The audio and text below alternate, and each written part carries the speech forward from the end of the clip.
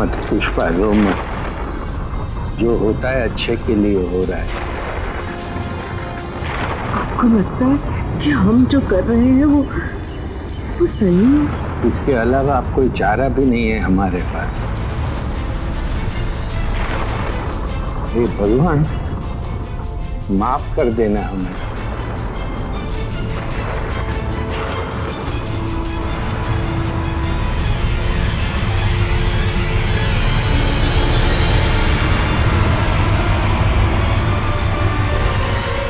The Lancet, जो कि एक मेडिकल जर्नल यानी चिकित्सा के क्षेत्र से जुड़ी पत्रिका है, सन 2012 में उसमें प्रकाशित आंकड़ों के अनुसार दुनिया भर में सालाना तकरीबन 10 लाख लोग आत्महत्या करते हैं और उनमें से 20% भारतीय होते हैं, यानी हर साल 2 लाख आत्महत्याएं। क्या वजह हो सकती है? आंकड़े यह भी बताते हैं कि आत्महत्या करने वाले ज्यादातर लोग 16 से 20 साल तक की उम्र के होते हैं। माना कि 16 से 20 साल की उम्र अल्हड़ होती है, लेकिन 65 वर्षीय गोपाल दास और उनकी 60 वर्षीय पत्नी पुष्पा बेन ने इस उम्र में आत्महत्या जैसा दिल दहला देने वाला कदम उठाने की क्यों सोची? सुनने में अजीब लगता है, वृद्धावस्था में आत्महत्या। जिस उम्र में ज्यादातर बुजुर्ग सुकून का जीवन बिता रहे होते हैं, उस उम्र में यह वृद्ध जोड़ा मौत को गले लगाने पर क्यों आमादा था? आखिर ऐसी क्या मजबूरी थी कि पुष्पा बेन और गोपाल दास को एक साथ यह भयानक फैसला लेना पड़ा? मैना उड़, कबूतर उड़, दादाजी उड़। उड़ दादाजी कैसे उड़ सकते हैं? अरे रोशन, तेरे दादाजी तो ठीक से मुड़ भी नहीं सकते और तू उनको उड़ा रहा है। कुछ भी है। चलो दादाजी एक बार फिर से खेलते हैं। खेलेंगे खेलेंगे, पर पहले ये तो देख दादी तेरे लिए क्या लाई है। दादी जी दो ना प्लीज। ये लो। थैंक यू दादी। ना जाने कैसी बीमारी है, तेरे बच्चे को लग गई तो। बहू, तेरी सास को ऐसी कोई बीमारी नहीं है जो फैल जाए। हम रोशन का ख्याल रखते हैं। ख्याल होता तो एक चॉकलेट नहीं देते आप इसे। 65 साल की उम्र हो गई आपकी, लेकिन आपको इतना नहीं पता कि चॉकलेट खाने से बच्चों के दांत खराब होते हैं। ये क्या, फिर सुबह सुबह महाभारत शुरू हो गई आप लोगों की? देखिए ना, कितनी बार मना किया इनको, लेकिन बार बार इसे छूते हैं, इसे किस करते हैं। मेरे बच्चे को कोई बीमारी हो गई तो? महेश, तू तो जानता है तेरी माँ को ऐसी कोई बीमारी नहीं है जिससे रोशन का नुकसान हो। समझाओ ना इन्हें। शू समझाऊं? ठीक तो कह रही है रीमा, बच्चा है, उसे कोई भी इन्फेक्शन हो सकता है। और चलो इन्फेक्शन ना भी हो, भगवान के लिए प्लीज आप मेरे बच्चे से दूर रहा कीजिए, बल्कि हम सबसे दूर रहा कीजिए। चल बापूजी, कभी तो समझ से काम लीजिए, हर वक्त घर में कलेश। महेश? क्या महेश?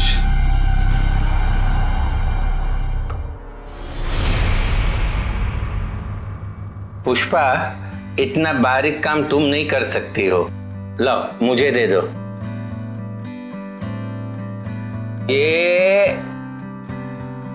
देखा? लो अब चलो खाना खा लेते हैं। अरे पहले उन्हें खाने दो, हम लोग बाद में खा लेंगे। क्यों? किसी ने साथ में खाने के लिए मना किया है क्या? महेश और बहू को हमारे साथ खाना अच्छा नहीं लगता। मेरी खांसी की वजह से उनको खाना बीच में छोड़ के उठना पड़ जाता है ना, तो मुझे अच्छा नहीं लगता कि मेरी वजह से मेरे बच्चे खाना ना ठीक से खा पाए।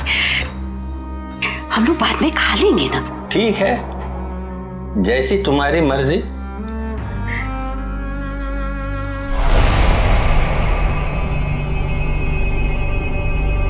एक ही रोटी? बहू, ओ बहू। सूत है ओ। अरे एक ही रोटी बची है, काम वाली ने आज कम रोटियां बनाई थी। अब मैं क्या पूरा दिन बैठ के यही देखती रहूं कि काम वाले ने कितनी रोटी बनाई है? और वैसे ही बाबूजी, इस उम्र में रात को कम खाने से सेहत अच्छी रहती है। तू यहाँ बैठे बैठे क्या सुन रहे हैं? चल अंदर, जल्दी चल।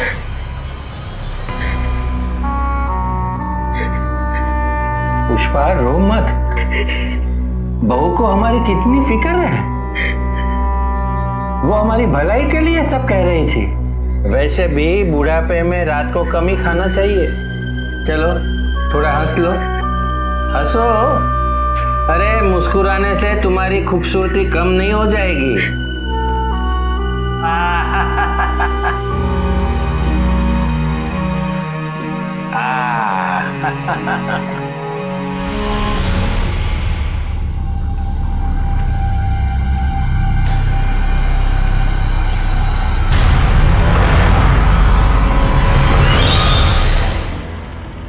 दादी, दादा, मैं आप दोनों के लिए दूध लेके आया हूँ। लेकिन क्यों बेटा? क्योंकि मुझे पता है कि मम्मी ने आप दोनों को ठीक से खाना नहीं दिया।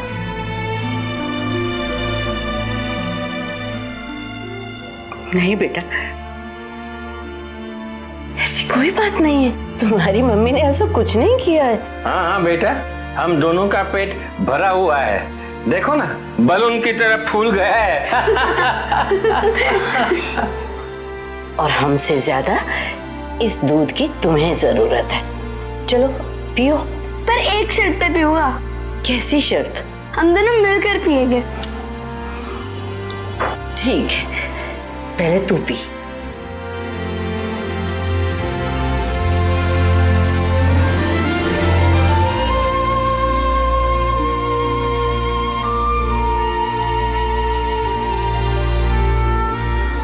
कहते हैं गम और खुशी का चोली दामन का साथ होता है। जहां पुष्पाबेन और गोपाल दास के जीवन को जिल्लत और परेशानियों से भर देने वाले उनके बेगैरत बेटा और बहू थे, वहीं उन्हें खुशी देने वाला उनका पोता भी था, जो उनसे निश्चल प्रेम करता था। पर विडंबना देखिए, इस बुजुर्ग दंपत्ति को इतना भी हक नहीं था कि वो अपने पोते को खुलकर प्यार कर सके। अगर आंकड़ों पर गौर करें तो हमारे देश में 1018 से भी ज्यादा वृद्धाश्रम है। इसी बात से आप अंदाजा लगा सकते हैं कि इन आश्रमों में कितने वृद्ध रहते होंगे। इनमें से कुछ ऐसे होते हैं जिन्हें उनके अपने ही घर से बेहद क्रूरता के साथ निकाल दिया जाता है, और कुछ ऐसे जिनके पास घर तो होता है लेकिन उनकी देखभाल के लिए कोई संगी साथी नहीं होता। आज गोपाल दास और पुष्पाबेन का हाल भी लगभग ऐसा ही था। जरा सोचिए, उन माता पिता के दिल पर ऐसी हालत में क्या गुजर रही होगी कि जिस बेटे की परवरिश में उन्होंने कोई कसर नहीं छोड़ी, आज उनका वही महेश उनकी दुर्गति करने में कोई कसर नहीं छोड़ रहा था। सुनो, कल आकर अपना हिसाब कर लेना। क्यों मैम साहब, मेरी क्या गलती है? अब तुम्हें जवाब देने की जरूरत नहीं है मुझे। जा सकती हो तुम। और हाँ, पैसे ले जाना अपने। हाँ हाँ जाती हूँ, फिर बुलाओगे ना तो भी नहीं आऊंगी। अरे उषा, क्यों था वो बहू? भाई को क्यों निकाल दिया? आप दोनों की वजह से। हम दोनों की वजह से? क्या किया है हमने? अब बापूजी, इतनी पगार तो नहीं है मेरी कि आप दोनों के साथ साथ उस भाई को भी पालूं। और वैसे भी आपने तो अपनी सारी सेविंग्स का पैसा, सारी पेंशन डिंपल की शादी पे खर्च कर दी और आकर बैठ गए मेरे सर पर बोझ की तरह। बोझ? तेरे बूढ़े माँ बाप तुझ पर बोझ है? हमने तो तुझे पालते वक्त, बड़ा करते वक्त कभी बोझ नहीं समझा। पैदा किया था तो पालना भी आप ही का फर्ज था महेश। कोई एहसान नहीं किया मुझ पे।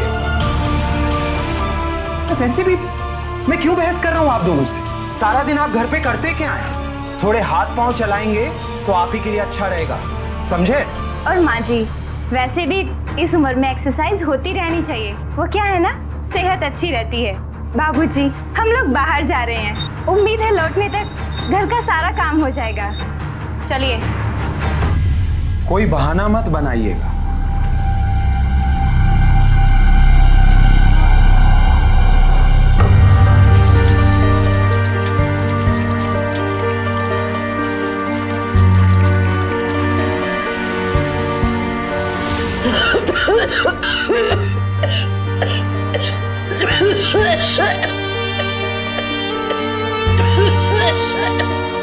तुम्हारी तबीयत ठीक नहीं है, एक काम करो, जाके आराम करो। हाँ जाओ।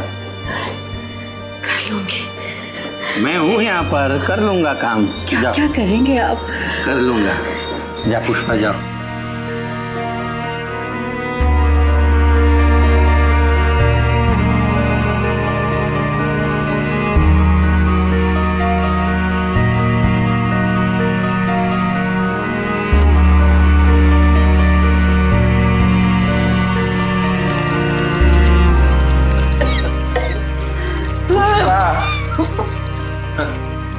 आराम के बदले बर्तन मांज रही हो। हाँ?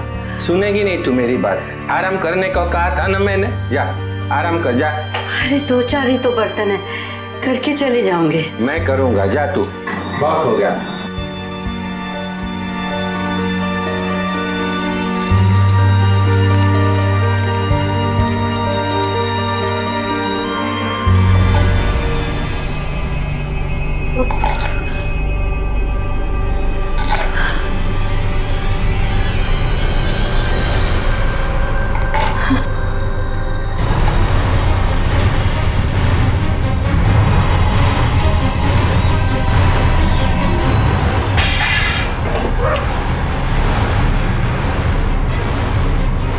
पुष्पा, पुष्पा, पुष्पा आँख खोल।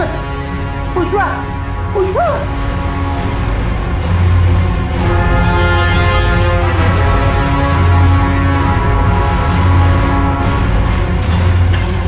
अरे विजय, मनोरमा, काजल, सूरज, अरे कोई है?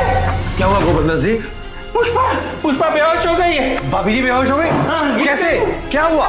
भाभी जी, भाभी जी, पुष्पा, भाभी जी उठिए, भाभी जी जरा इन्हें उठाइए, जल्दी कीजिए, जल्दी। आइए, आइए। भाभी जी आप यहाँ लेट जाइए। बीपी कम होने की वजह से चक्कर आ गया था, लेकिन अभी ठीक है।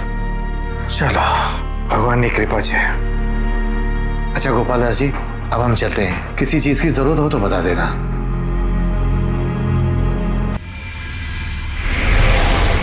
हे भगवान, पूरा काम ऐसे फैला हुआ है, किसी काम के नहीं दोनों। आज इनकी खैर नहीं। सुनो,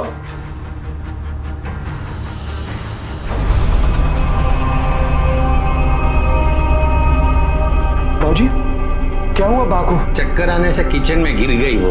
ये मैंने कुछ दवाइयाँ। डॉक्टर साहब, मुझे एक बहुत जरूरी फोन कॉल करना है, मैं आता हूँ अभी।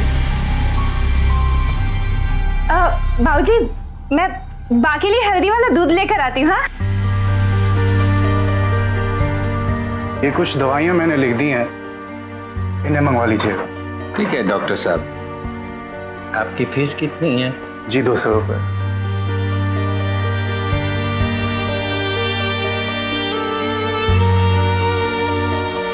माफ कीजिएगा डॉक्टर साहब, आपके बाकी के 150 रुपये में 2-3 दिन में दे दूंगा। कैसी बात कर रहे हैं गोपाल जी, इसे रहने दीजिए, जब होंगे तब दे दीजिएगा। मैं कुछ दवाइयाँ भिजवा दूं? नहीं नहीं, मैं वो इंतजाम कर लूंगा उसका। धन्यवाद।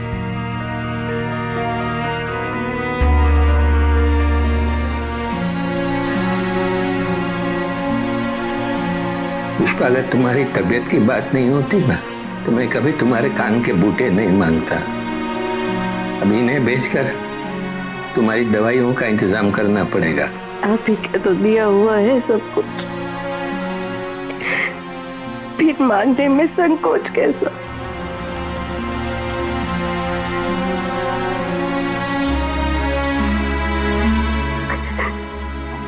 मुझे माफ करना पुष्पा, माफ करना। समझ गई।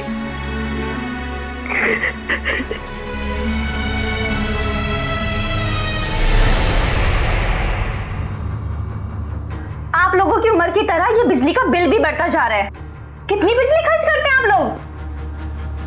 लेकिन बहू, हमारे कमरे में तो सिर्फ एक ट्यूबलाइट है और एक टेबल फैन है, उसमें कितनी बिजली खर्च होती होगी? होती है, खर्च होती है। एक तो आप दोनों के दोनों पूरा दिन घर में रहते हो, ऊपर से ट्यूब और पंखा पूरा दिन चलता है। लेकिन अब तो ना ये पंखा चल रहा है ना ये ट्यूब जल रही है। मुझे आपसे कोई बहस नहीं करनी। ना रहेगा बांसुर, ना बजेगी बांसुरी।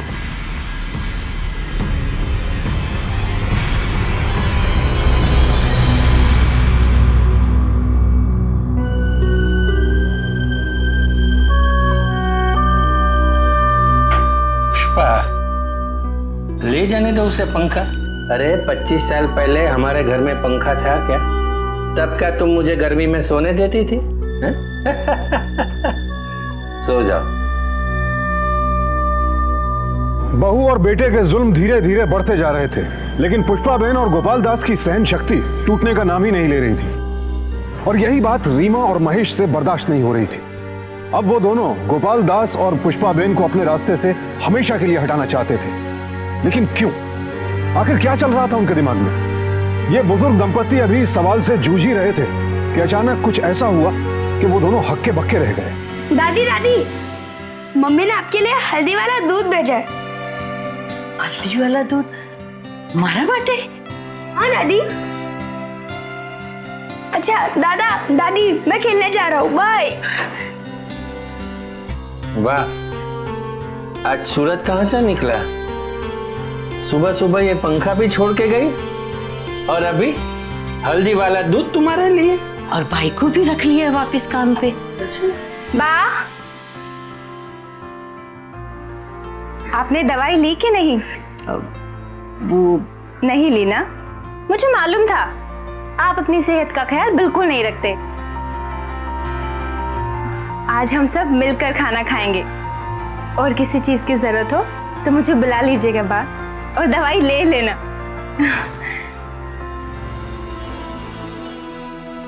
अरे पुष्पा, हम सपना तो नहीं देख रहे हैं ना?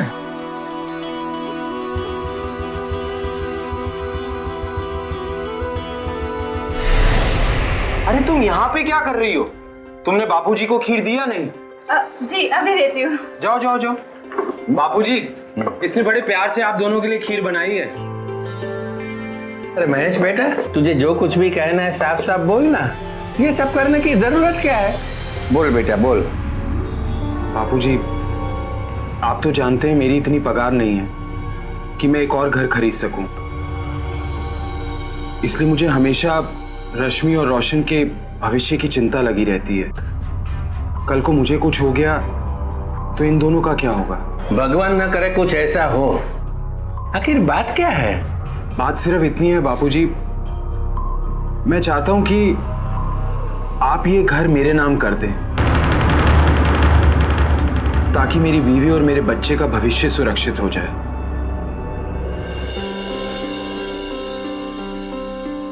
बस इतनी सी बात के लिए संकोच कर रहा था? अरे गांडा, आ मारू घरे तारू घर छे ने। पेपर तैयार करवा, मैं साइन कर देता हूँ। बापूजी,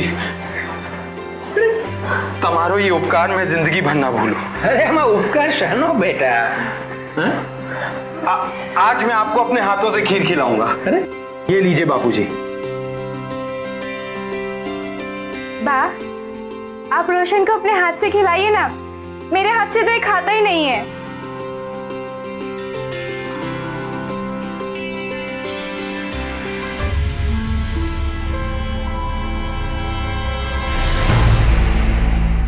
તમે શું બોલો છો? आप तो अपनी कब्र खुद खोद रहे हैं। क्या बात कर रहा है तू? अरे घर मेरे नाम रहे या मेरे बेटे के नाम, क्या फर्क पड़ता है? फर्क पड़ता है, बहुत फर्क पड़ता है। वो दोनों तो इस बात के इंतजार में हैं कि कब आप ये घर उनके नाम करें और वो आपको निकालकर घर से बाहर करें। तू गलत सोच रहा है विजय, ये वो काई नहीं। कैसे इंसान है आप? इतना सब सहकर भी ये बोल रहे हैं। एक बार उन्होंने आपको और भाभी जी को घर से निकाल दिया तो आप क्या करेंगे? सड़क पर सुलाएंगे भाभी जी को या किसी वृद्धाश्रम में ले जाएंगे? सोचिए, ये उन दोनों की चाल है। गोपाल दास जी, मुझे जो कहना था मैंने कह दिया, आगे आपकी मर्जी।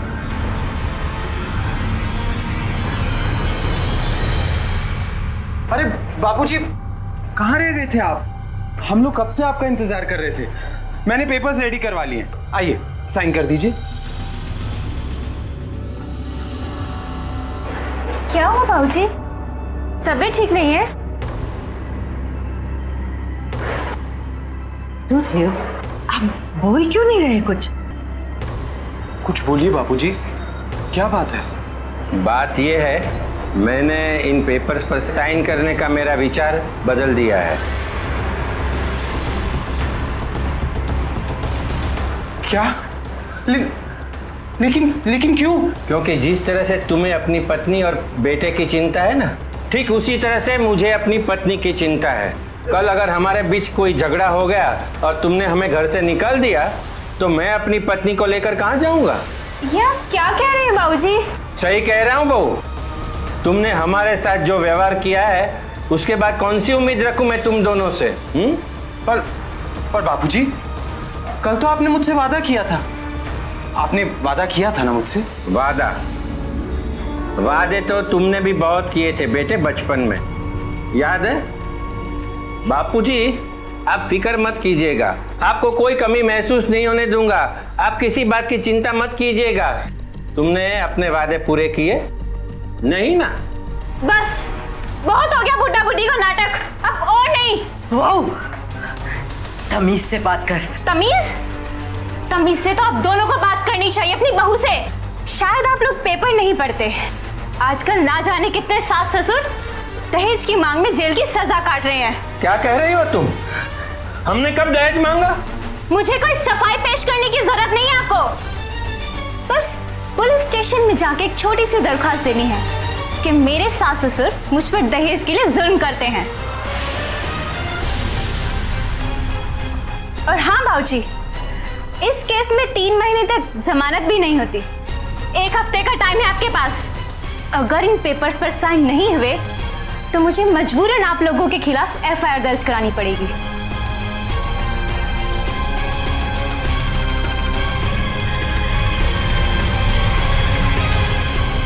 अरे ये बारिश भी अचानक।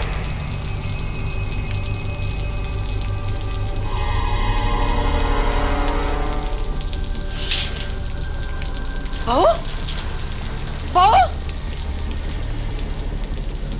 बहू, बहू, बहू, ताला क्यों लगा दिया? बहू खोल दे। पुष्पा, पुष्पा, पुष्पा, अरे बहू, ये क्या कर रही हो तुम? अरे पुष्पा भीग रही है, बीमार पड़ जाएगी। रहम करो, छोड़ दो उसे। छोड़ देंगे बापूजी, आप ये पेपर साइन कर दीजिए, वो छोड़ देगी उन्हें। नहीं, कुछ भी हो जाए मैं इन पेपर्स पर साइन नहीं करूंगा। नहीं। अगर साइन नहीं करेंगे तो आज अपनी आंखों के सामने अपनी बीवी को मरता हुआ देखेंगे।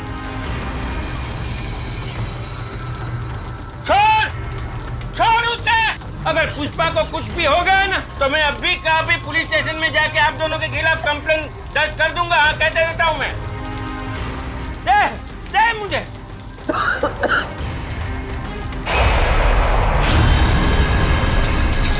पुष्पा, पुष्पा, छोड़ दे।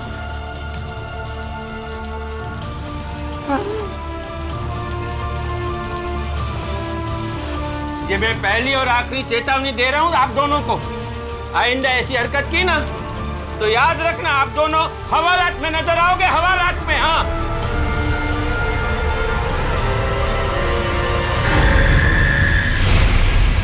मुझे बहुत जुल्म करते हैं, मुझे रोज मारते हैं, रोज जलील करते हैं।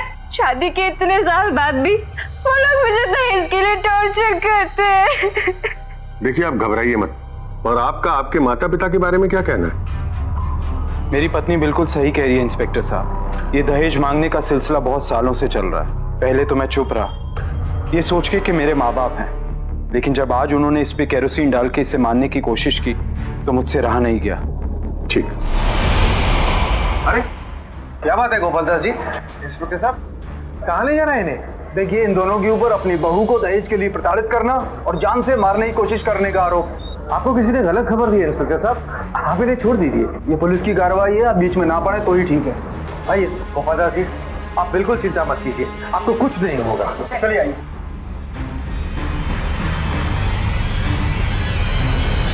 आप लोग को शर्म नहीं आती? बहू को परेशान करते हैं और वो भी दहेज के लिए। आपको कोई गलत खबर मिली है इंस्पेक्टर साहब? हमने तो आज तक अपनी बहू के साथ कभी बदतमीजी भी नहीं की। मैडम, सब यही कहते हैं, और जब एक बार हवालात की हवा खा लेते हैं ना तो अकल ठिकाने पे आ जाती। हम सच कह रहे हैं साहब, आपने कुछ भी गलत नहीं किया है, यकीन कीजिए हमारा। देखिए, मेरे सामने मगरमच्छ के आंसू मत दिखाइए। मैंने अपनी जिंदगी में बहुत केस देखे हैं। साहब बिल्कुल ठीक कह रहे हैं, इनकी बहू झूठ बोल सकती है, लेकिन इनका बेटा झूठ क्यों बोलेगा? देखिए, आपकी बहू यहाँ पर केरोसिन से भीगी हुई आई थी, रोती हुई आई थी। कोई अपनी बहू पे इस तरीके का जुल्म करता है क्या? अरे दहेज का पैसा लेके उस उम्र में आप जाएंगे कहाँ? इस बार तो मैंने आपकी एफआईआर दर्ज नहीं की है, इसलिए मैं आप दोनों को वार्निंग देके छोड़ रहा हूं। और अगली बार अगर कंप्लेंट आई ना तो लंबे समय के लिए अंदर डाल दूंगा।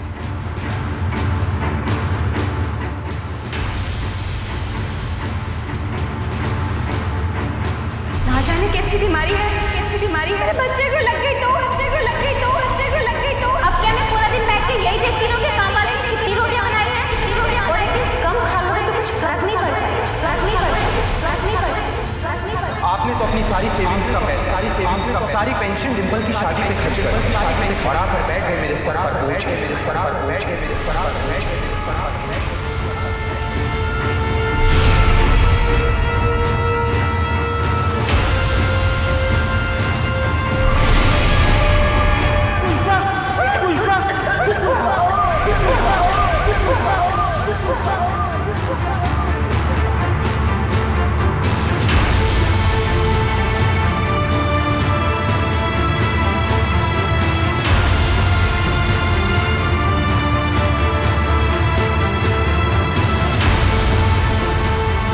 आपकी बहू यहाँ पर केरोसिन से भीगी हुई आई, रोती हुई आई। अरे दहेज का पैसा लेके उस रूम में आप जाएंगे कहाँ? रूम में आप जाएंगे कहाँ? रूम में आप जाएंगे कहाँ? रूम में आप जाएंगे कहाँ? रूम में आप जाएंगे कहाँ?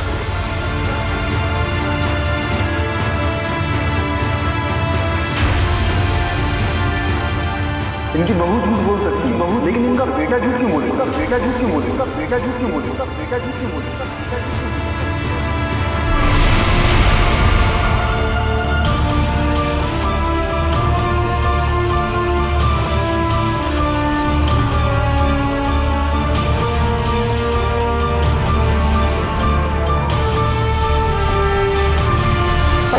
भाभी जी, શું કરો છો તમે? क्या कर रहे हैं आप लोग? नहीं जीना मुझे इस दुनिया में, नहीं जीना। भाभी जी, आप भी कमाल करती हैं। इनको रोकने के बजाय इस पाप में आप इनका साथ दे रही हैं। हम कुछ गलत नहीं कर रहे हैं भाई साहब, अब हम दुनिया का सामना नहीं कर सकते। बस कीजिए। अगर मरना ही हर मुसीबत का हल होता तो ये सलाह सबसे पहले मैं आपको देता। तो क्या करूं? क्या करूं मैं? कोई बताए मुझे। मेरे बेटे और बहू ने जीने के सारे दरवाजे बंद कर दिए। जेल में जाने से तो अच्छा है मैं भगवान के पास चला जाऊं। आपके मरने से क्या होगा? आपका मंदिर जैसा पवित्र घर आपका बेटा और बहू हड़प लेंगे। नहीं चाहिए मुझे घर, नहीं चाहिए। ठीक है, आपको घर नहीं चाहिए, लेकिन आपके इंश्योरेंस के पैसे जो आपने अपने बेटी और पोते के लिए बचा के रखे हुए हैं, आपकी आत्महत्या करने से वो पैसे उनको मिलेंगे? नहीं मिलेंगे ना। ऐसे चक्रव्यूह में फंस गया हूं मैं, जहां मैं जी नहीं सकता और मर भी नहीं सकता। धीरज रखिए गोपाल दास जी, धीरे धीरे सब कुछ ठीक हो जाएगा। मरना ही इसका सॉल्यूशन नहीं है। घर चलिए भाभी जी, घर चलिए। जीना तो दूर, गोपाल दास और पुष्पा बहन का मरना भी दुश्वार हो गया था। बहू और बेटा जीने नहीं दे रहे थे, और अगर मरना चाहें तो ये सोचकर मर नहीं सकते थे कि सगे संबंधी मुसीबत में पड़ेंगे और हाथ से जाएगा इंश्योरेंस का वो सारा पैसा जो उन्होंने अपने पोते के भविष्य के लिए बचाया था। ऐसे में इंसान क्या करे? असमंजस और मुसीबत की इस घड़ी में उन्हें विजय ने हौसला दिया। हालांकि विजय के समझाने के बाद भी वो दोनों अपना जीवन समाप्त करना चाहते थे, लेकिन अपनी शर्तों पर। आखिर अपनी शर्तों पर मरना क्या होता है?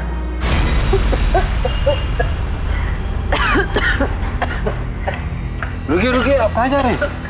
कलेक्टर साहब से मिलना है। नहीं आप ऐसे नहीं जा सकते। जाने दीजिए ना। नहीं आप नहीं जा सकते आप। अरे ऐसा मत कीजिए। अरे क्या हो रहा है ये? सर ये अंदर जाना चाहते हैं। अपॉइंटमेंट है आपके पास? जी अपॉइंटमेंट तो नहीं है, लेकिन अर्जेंट काम है, मिलना बहुत जरूरी है। नहीं नहीं ऐसे अंदर नहीं जा सकते। क्या जरूरी काम है? मरने के लिए परमिशन चाहिए उनसे। क्या सुना भाइयों? क्या कह रहे हैं भाई साहब? ये यहाँ कलेक्टर साहब से मरने की इजाजत मांगने आए हैं। अरे बाबा चलिए यहाँ से, यहाँ नहीं मिलती है परमिशन कोई भी। मेहरबानी करके मुझे जाने दीजिए, हाथ जोड़ता हूँ मैं, जाने दीजिए। अरे चलिए बाबा, यहाँ कुछ नहीं है। बुलाइए कलेक्टर साहब को, बुलाइए। ये क्या कर रहे हैं आप? अरे ये लोडेड है, गोली चल जाएगी। तो अच्छा ही है, मैं मरना ही चाहता हूँ। अरे मैं बुलाता हूँ। कलेक्टर साहब, बाबा हम आपकी मदद करेंगे।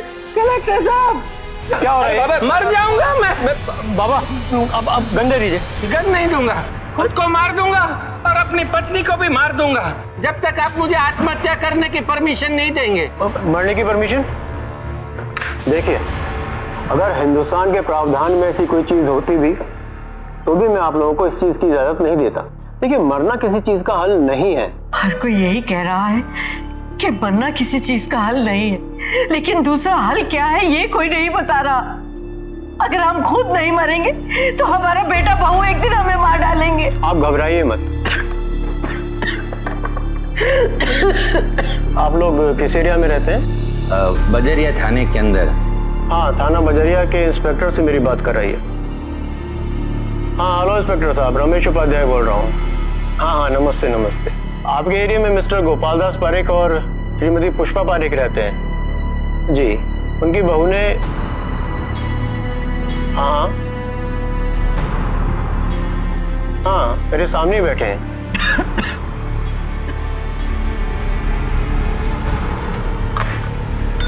Security, yes sir. ले जाओ इन दोनों को। चलिए आइए मैडम जी। अरे क्या कर रहे हैं आप? बस यहाँ के मरने का नाटक करते हैं, झूठी कहानियां सुनाते हैं। ले जाओ इन दोनों को। लेकिन हमारी बात सुनिए। हमारी बात तो सुनिए कलेक्टर साहब, हमारी बात तो सुनिए।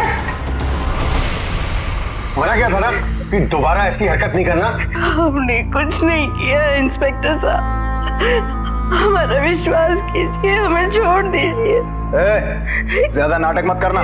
कलेक्टर ऑफिस में बहुत नाटक कर चुके हो तुम लोग। अरे पहले ये तो बताइए हमने किया क्या, उसके बाद चाहे फांसी पर चढ़ा दीजिए आप। अच्छा, तो बहू को मौत के घाट पहुंचाने के बाद पूछ रहे हो कि मैंने किया क्या है?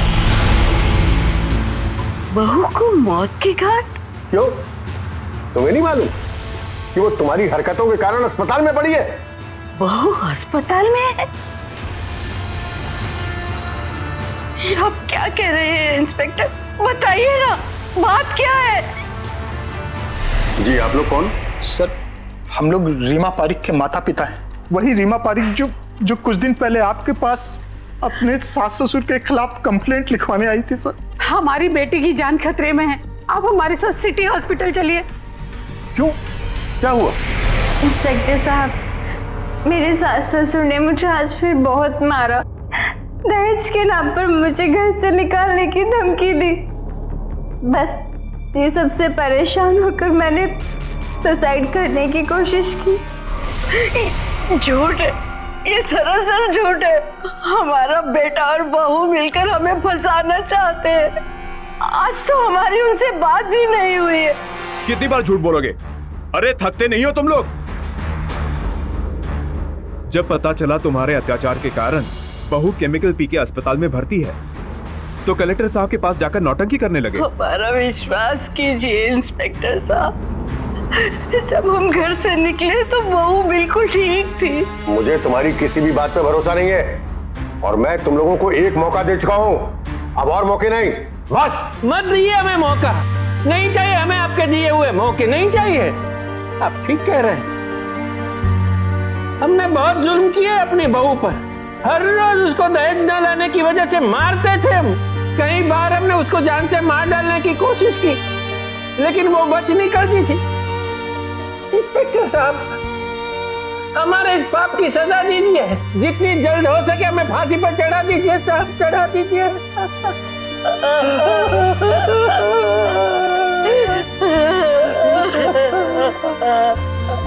इससे शर्मनाक बात और क्या होगी? कोई भी अपने माँ बाप के खिलाफ इस हद तक कैसे गिर सकता है, ये मेरी समझ से परे है। लेकिन ऐसा हुआ। गोपाल दास और पुष्पा बहन दहेज उत्पीड़न के आरोप में एक बार फिर हवालात पहुंच चुके थे। लेकिन सवाल यह था कि क्या रीमा ने वाकई आत्महत्या की कोशिश की थी? इसका जवाब रीमा की मेडिकल रिपोर्ट में बंद था, जिसका पुलिस बेसब्री से इंतजार कर रही थी। जी, आप लोग कौन?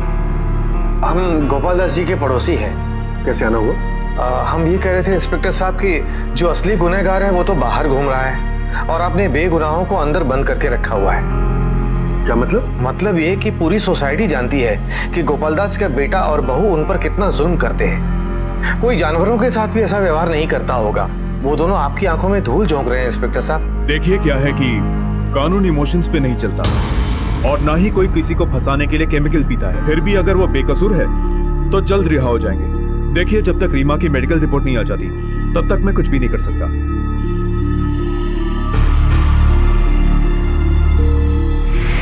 रीमा पारिक की मेडिकल रिपोर्ट। क्या लिखा है मेहता? सर मेडिकल रिपोर्ट्स के अनुसार रीमा पारिक ने केमिकल तो पिया है, लेकिन बहुत ही कम मात्रा में। देखो मेहता, मरने वाले को जहर की मात्रा का ध्यान नहीं रहता कि वो कम पी रहा है या ज्यादा। वैसे और क्या लिखा है इस रिपोर्ट में? सर कुछ खास नहीं, केमिकल पीने का टाइम लिखा हुआ है। क्या टाइम है? यही कोई 3 से 3:15 के बीच में। Are you sure? Yes sir, ये देखिए।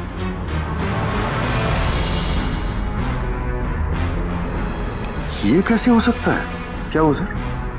एक मिनट बता। मेहता, इसने केमिकल पिया है 3 सवा 3 बजे और पुलिस में रिपोर्ट दर्ज करवाई है 2:50 पे। कुछ तो गड़बड़ है मेहता। जल्दी बता, वरना उल्टा टांग के इतना मारूंगा ना कि एक दिन में सारे संस्कार सीख जाएगा। बता तो, कल मैंने माँ और बापूजी के रूम के बाहर उन्हें बात करते हुए सुना। मैंने सारे रास्ते अपना लिए, लेकिन कोई फायदा नहीं। तो क्या करेंगे हम? सिर्फ एक उम्मीद बची है अब। कैसी उम्मीद? District collector. अब वही हमारी परेशानी का हल निकाल सकते हैं। क्या वो लोग डिस्ट्रिक्ट कलेक्टर के पास गए हैं? ऐसा हुआ तो तुम लोग फंस जाओगे। एक तरीका है मेरे पास बचने का। एक काम कीजिए, आप दोनों पुलिस स्टेशन जाइए और जाके कंप्लेंट लिखवाइए कि मेरे माँ बाप से परेशान होके आपकी बेटी ने केमिकल पी के मरने की कोशिश की। लेकिन मेडिकल रिपोर्ट में कैसे आएगा कि मैंने केमिकल पिया है? क्योंकि तुम केमिकल पियोगी। महेश, मुझे बहुत डर लग रहा है। मैं सच में मर गई तो? एक घूंट पीने से कोई नहीं मरता, और वैसे भी हम हॉस्पिटल में ही तो हैं। अगर कुछ हुआ तो डॉक्टर संभाल लेंगे। लो पियो। अरे पियो, पीछा पीछा पीछा पूरा। Very good, very good. अरे अरे कोई है? अरे इधर आओ, मेरी हेल्प करो। अरे मेरी बीवी को कुछ हो रहा है। अरे और इस तरह से हमने माँ और बापूजी को फंसाने का प्लान बनाया। नालायक, तेरी वजह से मुझे 2 शरीफ बुजुर्गों के साथ बदसलूकी करनी पड़ी। गोपाल दास जी, मुझे माफ कर दीजिए, मुझसे बहुत बड़ी गलती हो गई। अगर आपको अपनी गलती का एहसास हुआ हो तो मेरे बेटे को छोड़ दीजिए। आप क्या कह रहे हैं ये आप जानते? आप ये बात नहीं समझेंगे इंस्पेक्टर साहब। बच्चे माँ बाप का कितना भी बुरा क्यों ना कर, लेकिन माँ बाप अपने बच्चों का कभी बुरा नहीं चाहते। मुझे माफ कर दीजिए बापू, बाप प्लीज मुझे माफ कर दीजिए।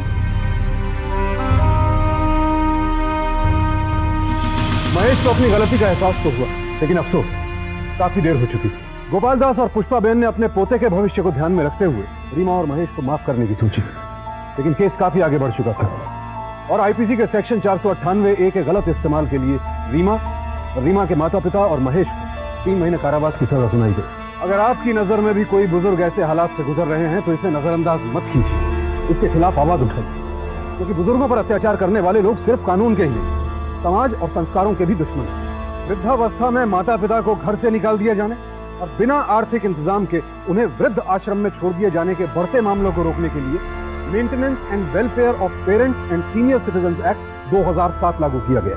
और अगर बुजुर्गों को उनके अधिकारों और सम्मान से वंचित किया जाता है तो वो क्रिमिनल प्रोसीजर कोड के सेक्शन 125 और वेलफेयर एक्ट के तहत अपने अधिकारों के लिए अदालत में अर्जी दायर कर सकते हैं और अपना सम्मान प्राप्त कर सकते हैं। पुलिस ने भी लगभग हर राज्य में वरिष्ठ नागरिकों की मदद के लिए विशेष हेल्पलाइन शुरू की है, जैसे कि बेंगलुरु, चंडीगढ़ और मुंबई में 1090 और दिल्ली में 1291।